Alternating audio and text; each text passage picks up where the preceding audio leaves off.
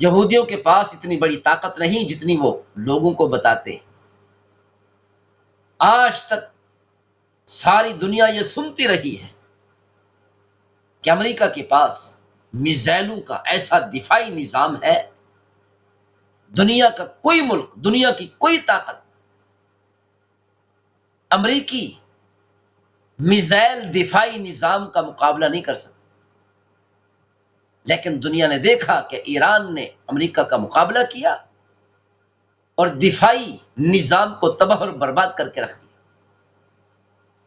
اگر امریکہ کے پاس میزائلوں کا اس قدر دفاعی مضبوط نظام ہوتا تو یہ جو ایران نے امریکی اڈوں پر حملے کیے ہیں تو ان حملوں کو روک لیتا، نہیں روک سکا، بہت بڑی تباہی کی گئی امریکہ کی۔ تو اس سے معلوم ہوتا ہے کہ ان کے پاس کوئی ایسا مضبوط دفاعی نظام نہیں ہے، یہ صرف لوگوں کو ڈرانے کے لیے بات کرتے، لوگوں کو، دنیا والوں کو خوف زدہ کرنے کے لیے باتیں کرتے، ہمارے پاس بہت بڑا دفاعی نظام ہے، بڑا مضبوط دفاعی نظام ہے۔ اور آج دنیا نے دیکھا کوئی دفاعی مضبوط نظام نہیں ہے ان کے۔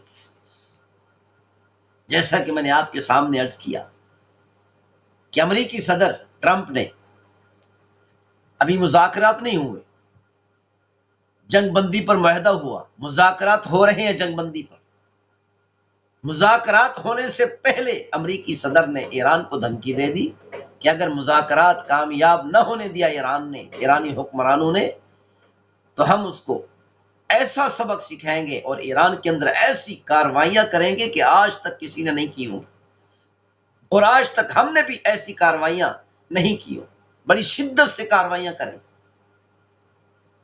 ابھی تک مذاکرات نہیں، مذاکرات سے پہلے دھمکا رہے، یہ عجیب مذاکرات ہے، عجیب امن معاہدہ ہے۔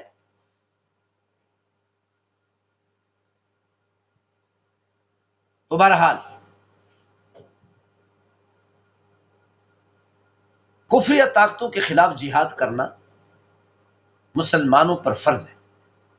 اللہ تعالیٰ نے پیغمبر صلی اللہ علیہ وسلم کو حکم فرمایا، اور اللہ تعالیٰ نے 1,24,000 انبیاء علیہ الصلوۃ والسلام میں سے جس نبی کو بھی جہاد کا حکم فرمایا، اور جس نبی نے بھی جہاد کی اللہ کے راستے میں، کفری طاقتوں کے مقابلے میں جہاد کیا، اس نبی کو اللہ تعالیٰ نے حکمرانی عطا کی، اس نبی کو اللہ تعالیٰ نے سلطنت عطا کی، اس نبی کو اللہ تعالیٰ نے بادشاہت عطا کی، بہت بڑا ملک عطا کیا۔ سب سے پہلے حضرت ادریس علیہ السلام کو اللہ تعالیٰ نے جہاد کا حکم فرمایا۔ حضرت ادریس علیہ السلام نے بابل کے علاقے سے ہجرت کی اور اپنے ماننے والوں کو بھی ہجرت کرا کے دریائے فرات کے قریب یہاں پر ڈیرے ڈالے، یہاں پر رہائش شروع کی، بہت ساری قومیں یہاں پر آباد ہو گئی۔ تو حضرت ادریس علیہ السلام نے اپنے ماننے والوں کو حکم فرمایا کہ اللہ کے راستے میں جہاد کرو، جو ظالم ہیں ان کو ظلم کا سبق سکھایا جائے، جو کمزوروں پر ظلم و ستم ڈھاتے ہیں، زیادتیاں کرتے ہیں، ان کے خلاف جہاد کیا جائے۔ حضرت ادریس علیہ السلام نے اپنے ماننے والوں کے ساتھ مل کر جہاد کیا۔ اللہ تعالیٰ نے ادریس علیہ السلام کو اتنی بڑی سلطنت عطا فرمائی کہ حضرت ادریس علیہ السلام نے 4 حکومتیں قائم فرمائی، اور ہر حکومت میں الگ بادشاہ متعین فرمائے، یعنی 4 حکومتوں میں حضرت ادریس علیہ السلام نے 4 بادشاہ متعین فرمائے۔ حضرت ادریس علیہ السلام حضرت نوح علیہ السلام کے جد امجد ہیں، حضرت نوح علیہ السلام سے پہلے گزرے، اور اسی طرح اللہ تعالیٰ نے حضرت موسیٰ علیہ السلام کو حکم فرمایا جہاد کا، کہ اپنی قوم بنی اسرائیل سے فرمائیں کہ اللہ کے راستے میں جہاد کریں، لیکن بنی اسرائیل نے جہاد سے انکار کر دیا۔ جیسے ہی انہوں نے جہاد سے انکار کیا، اللہ تعالیٰ نے ان کو سزا دی۔ اللہ تعالیٰ نے فرمایا یتیہون فی البدر، یعنی وہ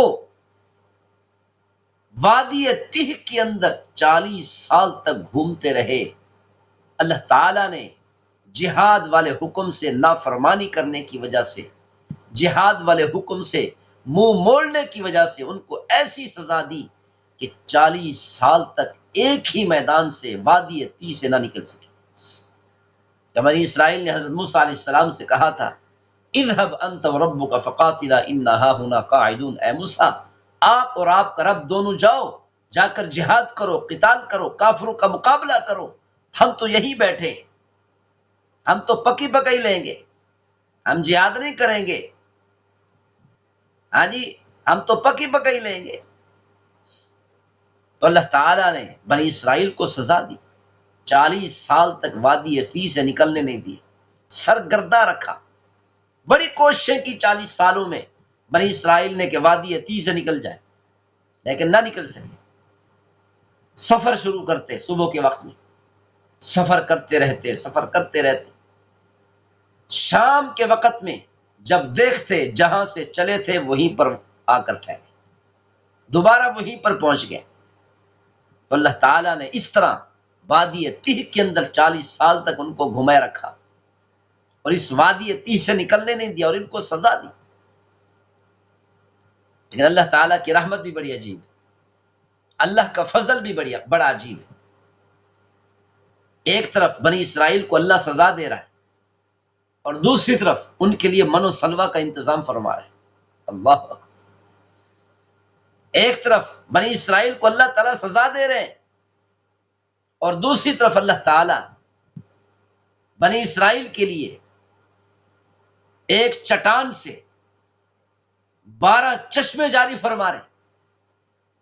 ایک طرف بنی اسرائیل کو سزا دے رہے ہیں اور دوسری طرف رات کے وقت میں پوری قوم کے لیے روشنی کا انتظام فرماتے ہیں کہ ایک ستون ظاہر ہوتا ہے اور وہ ستون روشنی کرتا ہے اور اتنی زیادہ روشنی ہوتی ہے کہ بنی اسرائیل کی ساری قوم اس روشنی سے استفادہ کرتی۔ ایک طرف بنی اسرائیل کو اللہ تعالیٰ سزا دے رہے ہیں اور دوسری طرف اللہ تعالیٰ نے ان کے کپڑوں کا ایسا مستقل انتظام فرما دیا، کپڑوں کی فیکٹریاں لگانے کی کوئی ضرورت نہیں، درزی بٹھانے کی کوئی ضرورت نہیں، ٹیلر ماسٹر بٹھانے کی کوئی ضرورت نہیں، سینے کے لیے، کپڑے بنانے کے لیے فیکٹریاں بنانے کی کوئی ضرورت نہیں۔ جب بھی بچہ پیدا ہوتا اس کو جو کپڑا پہناتے تھے، جیسے وہ بچہ بڑا ہوتا جاتا کپڑے بھی ساتھ ساتھ بڑے ہوتے جاتے، نہ پرانے ہوتے ہیں، نہ پھٹتے ہیں، نہ میلے ہوتے ہیں۔ اللہ تعالیٰ نے ایسا انتظام فرما دیا۔ بڑی عجیب سزا ہے بنی اسرائیل کے لیے، بیٹھ کر اللہ تعالیٰ ان کو من و سلوہ کھلا رہا۔ تو بہرحال حضرت موسیٰ علیہ السلام کے بعد یوشع بن نون علیہ السلام نے، یہ اللہ کے نبی آئے، انہوں نے عملی جہاد فرمایا۔ جب انہوں نے جہاد کیا بنی اسرائیل کو ساتھ ملا کر، جب بنی اسرائیل کو اللہ نے 40 سال تک سزا دی تو عقل ٹھکانے آ گئے۔ جیسے ان کی عقل ٹھکانے آئی، اللہ تعالیٰ نے حضرت یوشع بن نون علیہ السلام اپنے نبی کو بھیجا اور ان کے ذریعے سے پھر بنی اسرائیل کو حکم فرمایا فلسطین کے اندر جو ظالم لوگ رہتے ہیں ان کے خلاف جہاد کریں۔ یوشع بن نون علیہ السلام بنی اسرائیل کے ساتھ مل کر انہوں نے جہاد کیا اور وہاں پر حکومت قائم فرمائی۔ جس نبی کو بھی اللہ تعالیٰ نے جہاد کا حکم فرمایا اسی نبی نے جہاد کیا اور اسی نبی کو اللہ تعالیٰ نے سلطنت عطا کی، بادشاہت عطا کی، حکومت عطا کی، حکمرانی عطا کی، بہت بڑا ملک عطا فرمایا۔ پیغمبر صلی اللہ علیہ وسلم کا زمانہ آیا، اللہ تعالیٰ نے آخر الزمان نبی صلی اللہ علیہ وسلم کو بھی جہاد کا حکم فرمایا۔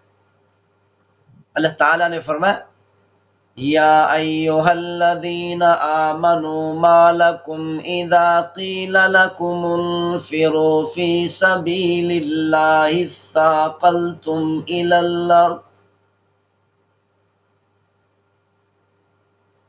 اللہ تعالیٰ نے فرمایا تمہیں کیا ہو گیا اے میرے محبوب صلی اللہ علیہ وسلم کی امت کے لوگوں، تمہیں کیا ہو گیا؟ جب میرے محبوب صلی اللہ علیہ وسلم تمہیں اللہ کے راستے میں جہاد کے لیے نکلنے کا حکم فرماتے ہیں، سستی کرنے لگ جاتے ہو، پیچھے ہٹنے لگ جاتے ہو۔ ارضیتم بالحیات الدنیا من الآخرہ، کیا تم نے آخرت کے مقابلے میں دنیا کی زندگی کو پسند کر لیا؟ اللہ تعالیٰ نے پیغمبر صلی اللہ علیہ وسلم کی قیامت تک آنے والی امت کو ارشاد فرمایا، آخرت کے مقابلے میں کبھی بھی دنیا کی زندگی سے محبت نہ کرنا۔ دنیا کی زندگی کی کوئی حقیقت نہیں ہے۔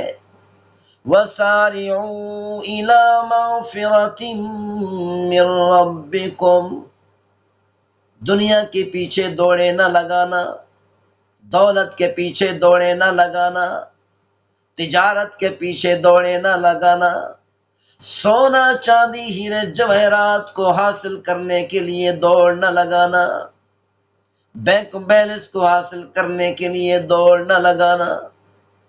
اللہ تعالیٰ نے ارشاد فرمایا، اپنے پروردگار کی طرف سے بخشش کو حاصل کرنے کے لیے دوڑ لگانا۔ وَجَنَّةٍ عَرْضُهَا كَعَرْضِ السَّمَاوَاتِ وَالْأَرْضِ، اے میرے محبوب صلی اللہ علیہ وسلم کی امت کے لوگوں، میں نے تمہارے لیے دنیا کو پیدا نہیں کیا، میں نے تمہارے لیے سونا چاندی ہیرے جواہرات کو نہیں بنایا، میں نے تمہارے لیے دنیا کی حکمرانی کو نہیں بنایا، میں نے تمہارے لیے دنیا کی دولت کو نہیں بنایا، میں نے تمہارے لیے دنیا کی تجارت کو نہیں بنایا، میں نے تمہارے لیے دنیا کے بینک بیلنس کو نہیں بنایا، میں نے تمہارے لیے دنیا کی جائیدادوں کو نہیں بنایا، میں نے تو تمہارے لیے ایسی جنت کو بنایا ہے جس جنت کی چوڑائی 7 آسمان اور 7 زمینوں کے برابر ہے۔ اے میرے محبوب صلی اللہ علیہ وسلم کی امت کے لوگوں، دنیا کے پیچھے نہ بھاگنا، سونا چاندی ہیرے جواہرات کو حاصل کرنے کے لیے نہ بھاگنا، بلکہ ایسی جنت کو حاصل کرنے کے لیے دوڑ لگانا جس جنت کی چوڑائی 7 آسمان اور 7 زمینوں کے برابر ہے۔ تو اللہ تعالیٰ نے فرمایا کہ ایسی جنت کو حاصل کرنے کی کوشش کرنا جس کی چوڑائی 7 آسمانوں اور 7 زمینوں کے برابر ہے۔ اتنی بڑی جنت میں نے ہر ایک انسان کے لیے، ہر ایک مسلمان کے لیے، ہر ایک مومن کے لیے، ایمان والے کے لیے میں نے پیدا کی ہے۔ اللہ تعالیٰ نے محمد صلی اللہ علیہ وسلم کو حکم فرمایا کہ میرے راستے میں جہاد کرو۔ إِلَّا تَنْفِرُوا يُعَذِّبْكُمْ عَذَابًا أَلِيمًا، اللہ تعالیٰ نے ارشاد فرمایا، او میرے محبوب صلی اللہ علیہ وسلم کی امت کے لوگوں، اگر تم نے میرے راستے میں نکل کر کافروں کے مقابلے میں جہاد نہ کیا تو پھر یاد رکھنا، یعذبکم عذابا علیما، تمہیں دردناک عذاب دوں گا، تمہیں ہولناک اور خوفناک عذاب کے اندر مبتلا کر دوں گا۔ وَيَسْتَبْدِلْ قَوْمًا غَيْرَكُمْ، اللہ تعالیٰ نے فرمایا، او ایمان والو، میری وحدانیت پر ایمان رکھنے والوں، میرے محبوب صلی اللہ علیہ وسلم کی نبوت اور رسالت پر ایمان رکھنے والوں، آخرت پر ایمان رکھنے والوں، جنت اور جہنم پر ایمان لے آنے والوں، غور کر کے سن لو، اگر تم نے میرے راستے میں نکل کر جہاد نہ کیا، میں تمہیں تباہ اور برباد کر دوں گا، تمہاری جگہ پر ایسی قوم کو لے کر آؤں گا جو میرے راستے میں نکل کر جہاد کرے گی، میں قوم ہی تبدیل کر کے رکھ دوں گا، میں قوم ہی بدل کر رکھ دوں گا۔ وَلَا تَضُرُّوهُ شَيْئًا، اور تم سارے کے سارے مل کر اللہ تعالیٰ کو کچھ بھی نقصان نہیں پہنچا سکو گے۔ واللہ علی کل شیء قدیر، اللہ تعالیٰ تمہیں عذاب دینے پر قادر ہے، اللہ تعالیٰ تمہاری قوموں کو تبدیل کرنے پر قادر ہے۔ تم سارے کے سارے مل کر اللہ تعالیٰ کے ارادے اور مشیت کو نہیں بدل سکتے۔ تو اللہ تعالیٰ نے محمود صلی اللہ علیہ وسلم کو جہاد کا حکم فرمایا، پیغمبر صلی اللہ علیہ وسلم نے جہاد فرمایا۔ نتیجہ کیا نکلا کہ اللہ تعالیٰ نے محمود صلی اللہ علیہ وسلم کو، پھر پیغمبر صلی اللہ علیہ وسلم کے بعد صحابہ اکرام نے جہاد کیا، پھر صحابہ اکرام کو اللہ تعالیٰ نے بہت بڑی سلطنت عطا فرمائی۔ فاروق اعظم رضی اللہ تعالیٰ عنہ کے دور میں، اس دور کا سپر پاور ملک ایران فتح ہوا۔ فاروق اعظم رضی اللہ تعالیٰ عنہ کے دور میں دنیا کی دوسری سپر پاور طاقت روم کو فتح کیا گیا۔ تو اس وقت جیسے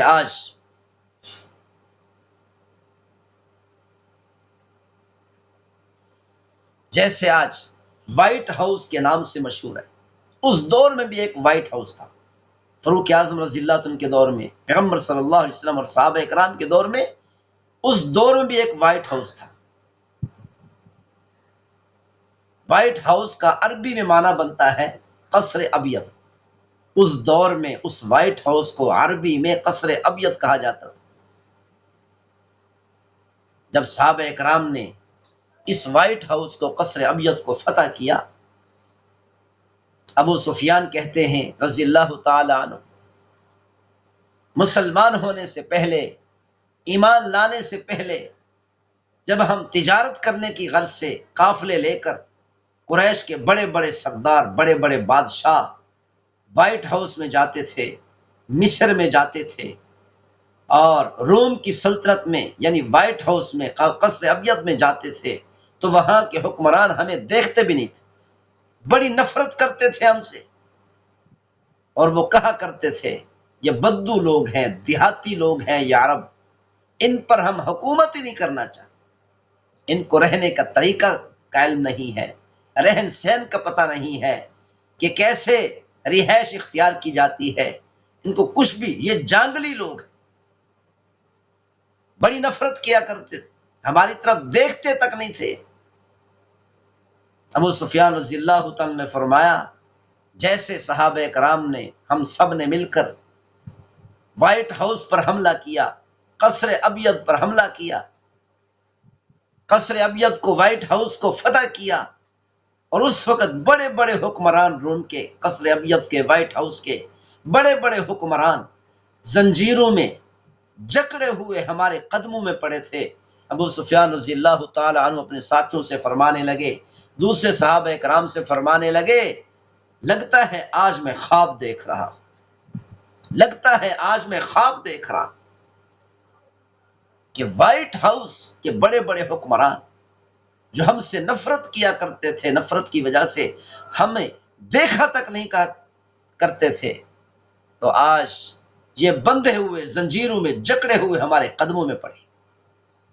یہ ایمان کی برکت ہے، پیغمبر صلی اللہ علیہ وسلم پر ایمان لانے کی برکت ہے، یہ جہاد کرنے کی برکت ہے۔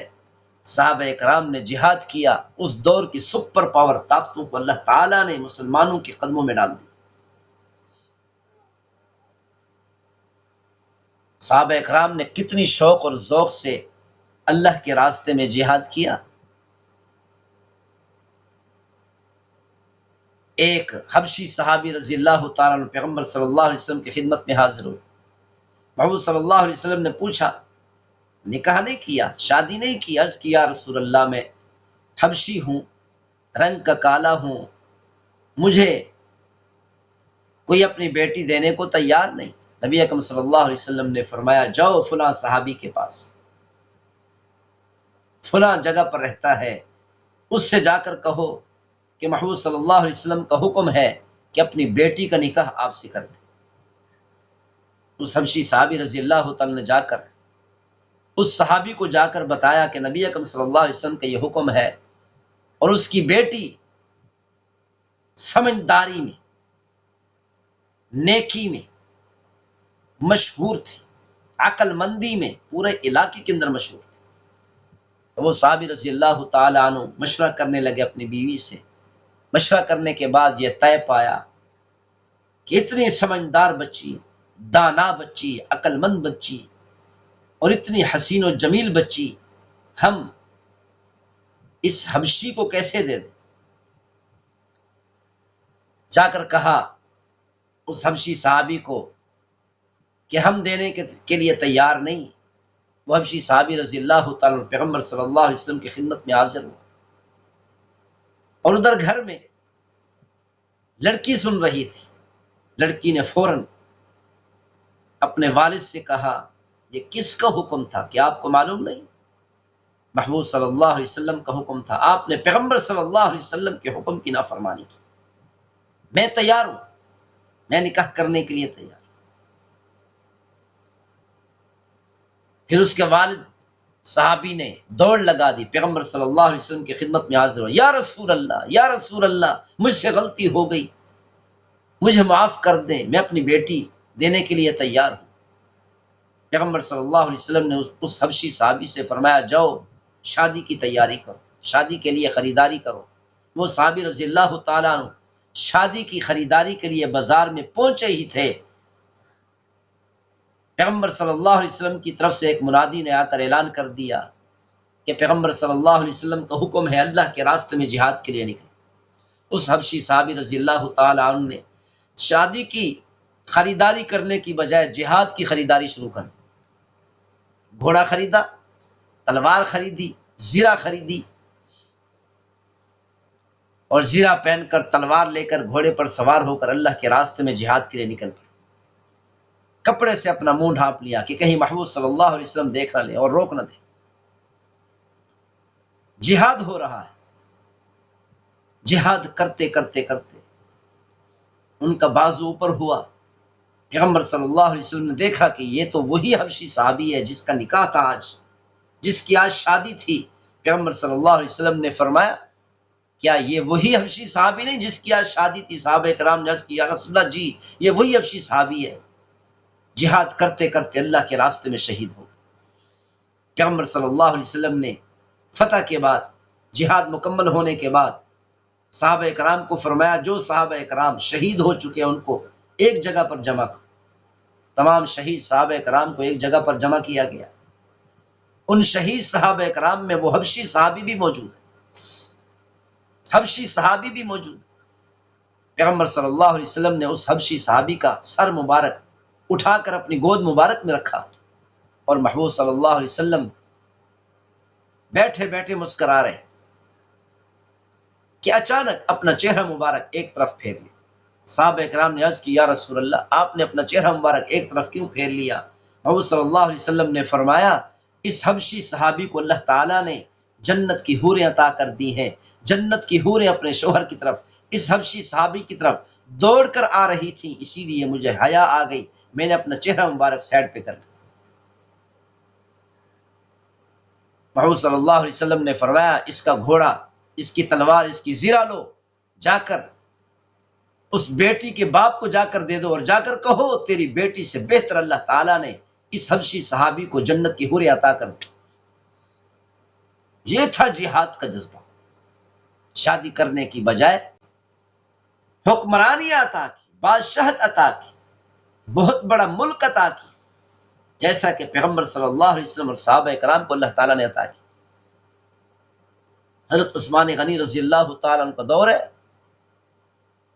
کتنی بڑی سلطنت تھی عثمان غنی رضی اللہ تعالیٰ عنہ کی۔ سارا عرب، ہندوستان سمیت، پاکستان سمیت، افغانستان سمیت، اور اس طرف یورپ تک اور افریقہ تک اتنی بڑی بادشاہت اللہ تعالیٰ نے صحابہ کرام کو، مسلمانوں کو عطا کی۔ حضرت عثمان غنی رضی اللہ تعالیٰ خلیفہ ہیں، اتنی بڑی سلطنت اور اتنے بڑے ملک کے خلیفہ۔ کیوں؟ جہاد کیا۔ جہاد کی برکت سے اللہ تعالیٰ نے اتنی بڑی سلطنت عطا کر دی، اتنی بڑی بادشاہت اور حکومت عطا کر دی۔ یہ لازمی بات ہے، جو بھی جہاد کرتا ہے اللہ تعالیٰ اس کو حکومتیں عطا کرتا ہے، بادشاہت عطا کرتا ہے۔ صحابہ کرام نے بڑے ذوق اور شوق سے جہاد کیا۔ پیغمبر صلی اللہ علیہ وسلم نے ایک مرتبہ جہاد کا اعلان فرمایا، ایک صحابی عورت رضی اللہ تعالیٰ عنہ دودھ پیتا بچہ لے کر آ گئی، یا رسول اللہ جہاد کے لیے میرا دودھ پیتا بچہ قبول فرمائے۔ حضور صلی اللہ علیہ وسلم نے فرمایا، ہم سیر و تفریح کے لیے نہیں جا رہے، ہم تو جہاد کرنے کے لیے جا رہے ہیں۔ تیرے دودھ پیتے بچے کو سنبھالیں گے یا جہاد کریں گے؟ کافروں کا مقابلہ کرنا ہے۔ اس صحابی عورت رضی اللہ تعالیٰ عنہ نے عرض کی، یا رسول اللہ جہاد کے اندر میرا شوہر بھی شہید ہو گیا، میرے بیٹے بڑے وہ بھی شہید ہو گئے، میرے بھائی بھی شہید ہو گئے، میرے محارم مرد جتنے تھے سب شہید ہو گئے، صرف ایک چھوٹا بچہ دودھ پیتا بچہ باقی ہے۔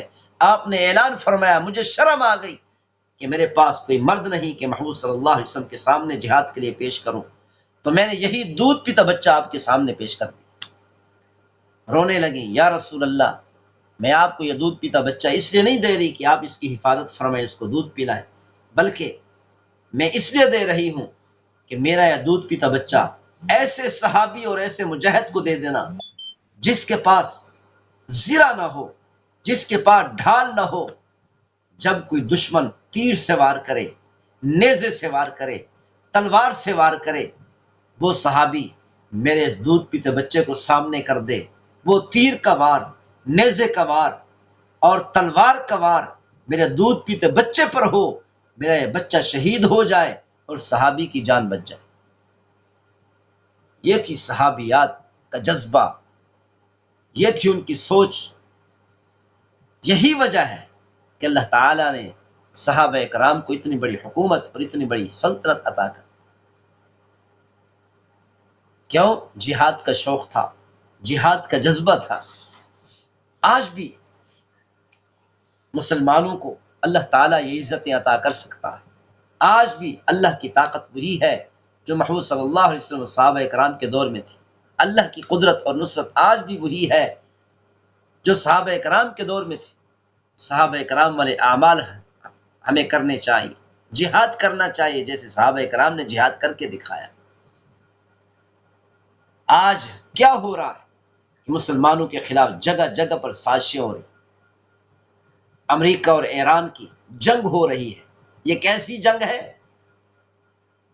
ایران جنگ کر رہا ہے امریکہ کے خلاف، حملے کرتا ہے عرب ممالک پر، مسلمان ممالک پر۔ ایران جنگ کر رہا ہے اسرائیل کے خلاف، اتنا اسرائیل پر حملے نہیں کیے جتنے عرب ممالک پر حملے کیے، مسلم ممالک پر حملے کیے۔ یہ کیسی جنگ ہو رہی؟ یہ سازشیں ہیں، منصوبے ہیں مسلمانوں کے خلاف کہ مسلمانوں کو پتہ بھی نہ لگنے دیں اور ان پر حملے بھی کر دیں، ان کو تباہ اور برباد بھی کر دیں۔ بڑی کوشش کی کہ پاکستان جنگ میں اترے، ایران کے مقابلے میں آئے۔ امریکہ نے بڑی کوشش کی کہ پاکستان کے پاس ایٹمی قوت ہے، کیسے اس ایٹمی قوت کو ختم کیا جائے، کہ یہ پاکستان ایران کے مقابلے میں جنگ میں اترے، میدان جنگ میں آئے۔ اگر یہ پاکستان ایران کے مقابلے میں آتا، یہ امریکہ پیچھے ہٹ جاتا اور دور سے کھڑے ہو کر تماشا دیتا، اور دوسری طرف ایران کو اسلحہ دیتا کہ پاکستان پر برسائے اور پاکستان کی ایٹمی طاقت کو ختم کرے۔ لیکن اللہ کا شکر ہے، اللہ تعالیٰ نے مسلمانوں کو، خاص طور پر پاکستانی حکمرانوں کو اور پاکستانی عوام کو دانائی عطا کی ہے کہ انہوں نے اپنے آپ کو اس جنگ سے بچا لیا۔ امریکہ کی کوشش ہے کہ کسی نہ کسی طریقہ سے پاکستانی ایٹمی طاقت کو ختم کیا جائے یا کم از کم کمزور کیا جائے۔ اس جنگ میں جھونکنے کی کوشش کی، بڑی کوششیں ہوئی سعودی عرب کے ذریعہ سے کہ سعودی عرب کے ساتھ معاہدہ ہے، اس معاہدے کو سامنے رکھ کر یہ سعودی عرب اس پر زور دے کہ میرے ساتھ مل کر ایران کا مقابلہ کر، ورنہ جو دولت دی ہے، پیسہ دیا ہے واپس کر، جو قرضہ دیا ہے واپس کر۔ دھمکیاں دی گئی پاکستان کو، لیکن الحمدللہ پاکستانی حکمران اپنے آپ کو اس جنگ سے بچا لیں،